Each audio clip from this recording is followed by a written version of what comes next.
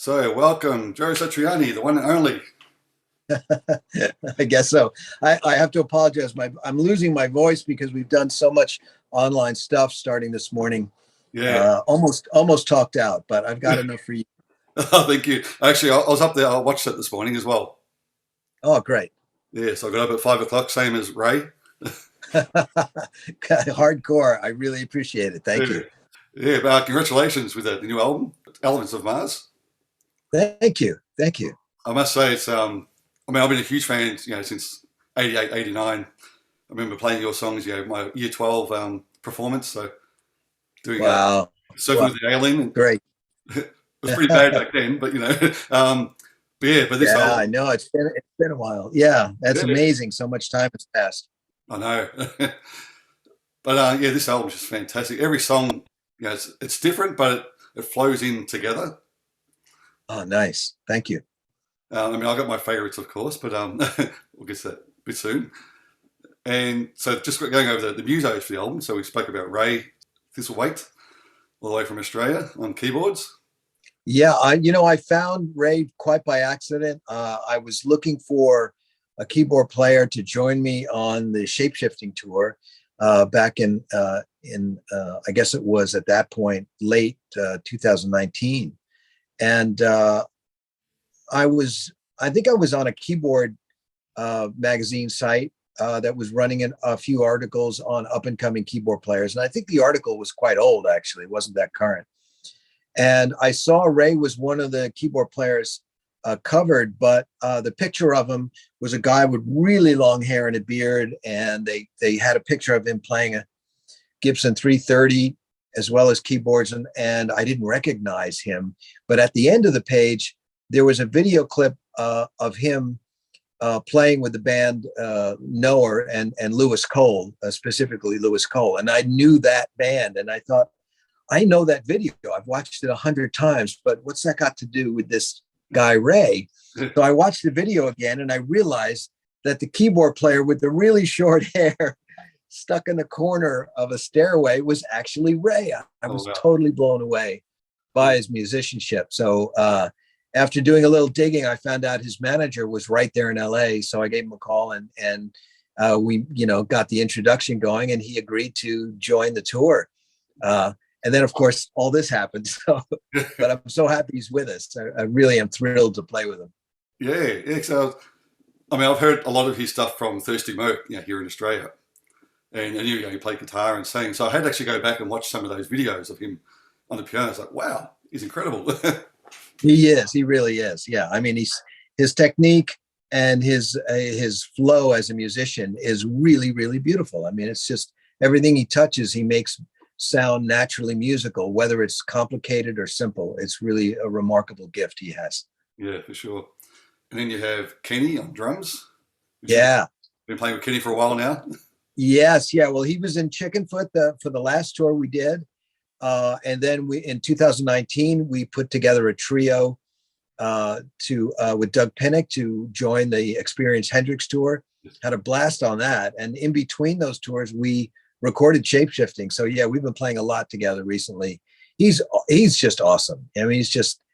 He makes the best grooves and creates the best sound, and the inertia that he creates live is just really so charismatic. And a lot of drummers can hit and play, but not very big on the charisma scale. Yeah. But he's like Taylor Hawkins and a lot of drummers that we know about, because they have this charisma that is this extra thing that comes with their talent as musicians. It's really fantastic. Yeah, and I think that's the thing with Kenny too. Like you're saying, he can play like a real solid beat, just straight like AC/DC type thing, and then go into this Mike Portney, or Portney, just crazy the stuff he does. Yeah, he's really great. Yeah. So two amazing musicians so far. And then we go into bass. Yeah, well, Brian Beller, he's been with me for almost 8 or 9 years now. I knew Brian from the Steve Vai band, and of course, once he got in the band, he also had a thing going with Marco Miniman called the Aristocrats, and that's got Guthrie Govan on there as well. An absolutely frightening progressive rock trio. And Brian is just like one of those amazing musicians who can write and play and do tour after tour. I mean, he's such a professional, but at the same time, he's totally open to any kind of creative idea you might have. You hand him a bass he's never played before, he'll work it out. You ask him to play fretless and do some other things, he'll figure it out. You know, he has that ability to adapt to any situation. And then plus he's so much fun on stage. He's just a great rock performer once you get him on stage. That's why I think I've really had the most fun playing with him is live. Mm. Yeah, I noticed this morning he got that little bass. I know what it was, that slide thing on the live stream. Yeah. Yeah, it's great. You know, it's really hard to play fretless. It's hard to mic it up, a real fretless bass. So it's great that there's this technology that allows somebody like Brian to pick up and get that whole fretless world happening for a recording, but with the intonation and the ease of a modern instrument, well intonated, electronic, so that you could record it in almost any situation. Yeah. So that's pretty much your touring band, and plus on the album. So you also have Eric on the album as well, who keyboards and produced it and engineered. Yeah. Well, Eric Kudja and I have known each other since '96. He was the editor that was brought in for the very first G3 DVD compilation. Oh, yeah. So we needed someone who could take all the recordings from all the bands, the three bands, all the right performances from each band, and put them all together to present to the engineer, which was Mike Fraser, so they could all get mixed. Yeah. And during that process, we just became really good friends. We did an album together a few years later called The Engines of Creation. Then he joined the band because he's a really good guitarist and keyboard player. And so we toured for a few years. And then I should actually count up how many albums we've done together, but I don't know. I apologize. I don't know offhand, but it seems like at least every other album he has had a hand in doing, either editing, co-producing, doing some additional mixes or something. He's done a lot of things. On this album, he played some keyboards. Anything that doesn't sound like a solo, that's stuff that we can handle as keyboard players. But he plays oud, on Sahara and a few other. He plays some sort of Turkish instrument. So he's a multi-instrumentalist, great producer and engineer, and he was able to be the central guy that would take recordings from Ray in Australia, the other guys in LA, me up here in San Francisco, and pull it all together, and then finally mix the album with Greg Collar right there in Burbank. So yeah, fantastic guy, just super creative. Yeah, I was actually going to ask you about the oud and everything. So that's actually him playing, is it? Yeah, he brought it to. It's actually in the video that Zizi did for us for the song Sahara. You can actually see him playing it. Oh, cool. He's quite good at it. yeah, another tricky instrument. So, yeah, that's great. But wait, there's more. There's one more person. Can't forget about Ned on the spoken word. Yes, I know, a limited role, but actually that song was so close to being finished, and it was Eric's idea to have Ned come in and do some spoken word. And Ned, of course, was in another remote location. He was in Galveston, Texas. But he has a studio of his own because he's a musician, singer, songwriter, performer. And so he kicked that out really fast for us. And he's so good at voiceovers. He's an amazingly prolific, creative person. He's my partner in the company Satch Tunes. We produce the Crystal Planet comics. Oh, yeah. And we've written, about 20, 25 different science fiction stories that we're developing. So, known Ned for like 30 years. Amazing. Wow. So you got lots of things going on. You got that one. Yes. Got your artwork. Yes. The artwork's so much fun. I can't believe someone give me space in their galleries to paint. We finished 3 openings in Miami and New Jersey, and we've got another one for Washington, D.C. coming up in June. I've got 10 more guitars to paint, so I've got to get busy. Wow, that's incredible. It's funny, like a lot of the people I spoke to, a lot of different guitarists have being really good at art as well as the guitar. It seems like they go together, except for me. They do, I guess. I mean, yeah, if you can channel your artistic urges, that's really great. I mean, that's what we live for as artists, is just to have an outlet where we can express ourselves. Yep. Now, talking about artwork, the album cover. So that was Todd. Yes. Filippo. I've known Todd since the very first Chickenfoot record. He designed the logo and did all the packaging. He had been working with Sammy Hagar for Cabo Wabo. He does all kinds of products as well as album covers and campaigns for clothing manufacturers. And he was the one that came up with this. As you know, from looking at the clips we put on the website, he talks about how he got this whole thing going. And look at that. All that is just so cool. He is really an artistic genius. And I love that he just works with his hands. He draws and he cuts things, little pieces of paper up, and he really makes sure that it works in the real world, not just on a computer. And I love, I saw the video, he's talking about the back of that cover as well, where he's got you with the guitar, but the guitar. Yes, here it is.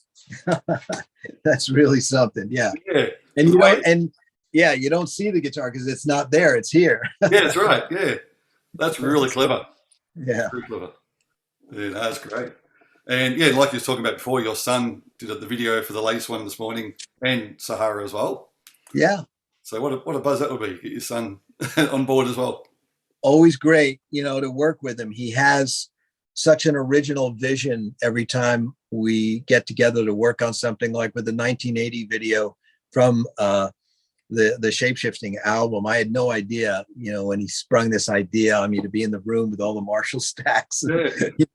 And then drawing, he did all the drawings around the faces, and just really great. He's such a creative guy, and he's so easy to work with because he just takes care of everything. He just very organized and professional, but everything's always fun.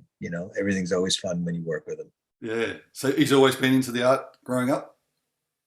Yeah. I mean, when he started, since he was an avid skateboarder, he started making skateboarding films. Okay.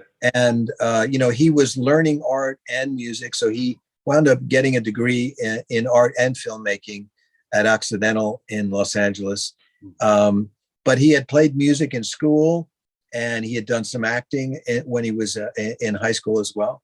But really the video thing, I think when he was about maybe 10 or 12, he started doing the podcast for us, the video podcast from the tour, and slowly, started to move into getting more and more into film.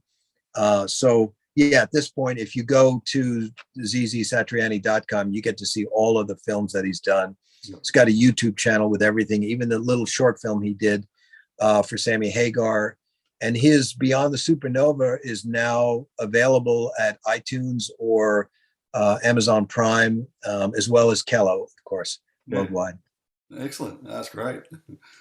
Now, going over to some of the tracks on the album. So I know we spoke about Sahara, which when I first heard it, so I always wrote down notes of what I'm thinking when I hear it the first time. Yeah. So the first thing I wrote down was Bollywood movie. Great. with a million dancers, of course. Yeah, that's right. Yeah. So it's funny to see what you think, and then you see the film clip, and then you get a totally different perception of it as well. Yeah, I think that's where videos I've always thought it was really great when a video director comes up with a concept that is completely additional to what perhaps the song is about or what the song means on the album. Yeah. And this adds another dimension, because honestly, when it's an instrumental song, you can't make people think about the song the way you do. That you realize that once you release it, you're basically giving it up to the fans. They're going to use it and put their own story, their own imagination into it. Yeah. So it kind of goes hand in hand that ZZ would take the song and think, okay, I'm going to think about maybe not elephants at all. I'm just going to think about, or I'm not going to think about the desert at all. I'm just going to think about this guy on this journey, but he is going to Mars, so I'll make everything red, and he had some really beautiful artistic layers that he put on top of everyone's performance, But then he also let everybody just be themselves and perform, you know. And even this morning with the new film clip, Elephants on Mars. Yeah. Again, when I first heard that, I could picture, the elephant storming down. And then when it gets to that breakdown part, like the going through the water, and then back to the Mars, touching on, and then going crazy at the end. See, now it's funny. We thought that the beautiful section of that song, the breakdown, I always saw as like female elephants, like because the first part is like the guys, and they're charging. They're the elephants that are going to take back control of Mars. But then you get the softer side of the female elephants frolicking in the Mars, whatever, field, pond, river, whatever. And it's just so funny that ZZ's concept was, okay, I'm not going to, go to the zoo and film elephants, and I'm not going to force the guys to go out into the desert and run around like they're in the movie Dune. So he came up with a totally different concept, which again, as I said, it adds a new layer of fun to listening to the movie. And, and of course the musicians, we get to goof off, which is always good. and of course the actors, Jackson, Gabe, and Sammy are just really great. The whole idea of the old 16-bit video, is really fun. Yeah, it was good seeing the behind the scenes this morning on the live stream where you're on the green screen and doing your moves. I know, it's so funny. Doing it is really always a lot of fun. It's strenuous. I mean, because you might do that for hours and hours, and it's hot and sweaty, and but it's not a real job, as I point out to people, but someone's got to do it. But going over to one of my favorites, I'd say is Bluefoot Groove. I just love that. Oh, nice. Just the way you do groove. And it's funny because I'm a guitar teacher. That's my main job.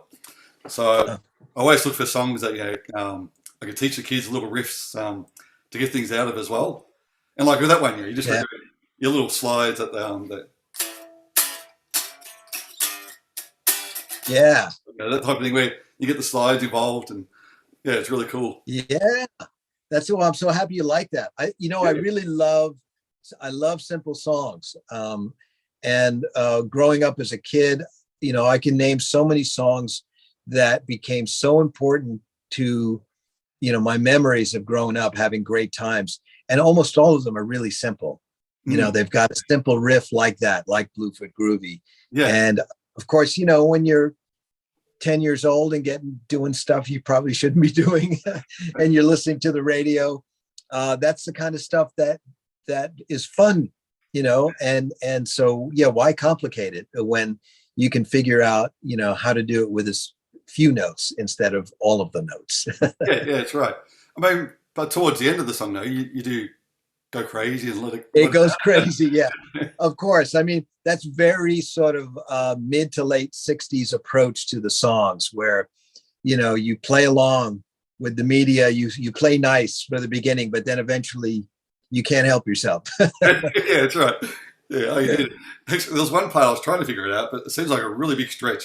I think it's just before the second verse. It's like that. Something around there. I can't remember. Oh, yeah, but I think that's I think that might be up here. It's here. It's one of these. Oh, okay. Oh, so like Jimmy Page kind of a riff. Yeah. Yeah. I'm detuned, by the way. That's why it sounds. Oh, yeah. Actually, is the whole album detuned? No, that song is not. For some reason, that one is in 440. I can't figure it out why that happens. Probably because I got excited about writing it, and I grabbed the first guitar that was near, and I recorded the main part. Yeah. And then later on, I went, "Oh, that one's at 440." So then I just followed it. Yeah. That's a great song. But actually, even going back, the one before that, the Faceless. Again, so that one and what's the other song? 22 Memory Lane. I just love those melodies. More slower songs, but it reminds me going back to Always Me, Always With You. Another great one to teach the kids, and they love it. It's like I try to explain to my students. It's all about thinking of when you're playing guitar. Think of it like a voice. Picture someone singing it. Yes, that's always something that I've gravitated towards. I really like that in guitar melodies that Yeah. there's a clear separation between verse, chorus, and solo, and exposition and bridge.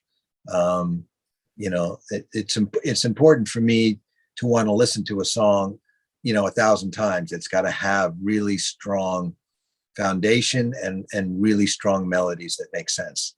Yeah, exactly. That's right. Yeah. I mean, I've got a million questions here, but no, I thought better leave it to next time. Yeah, we'll do it. We'll do another one some other time. How about that? I'd love to, for sure. That'd be great. Please do. All right. Very right. good. Now, good luck playing all those guitars. They look really good. Yeah, thank you. And congratulations again with the album. I really look forward to hopefully seeing you guys down here as well. Thank you. We'll be there. Hopefully 2023. Thanks, Joe. Okay. Cheers. Bye-bye.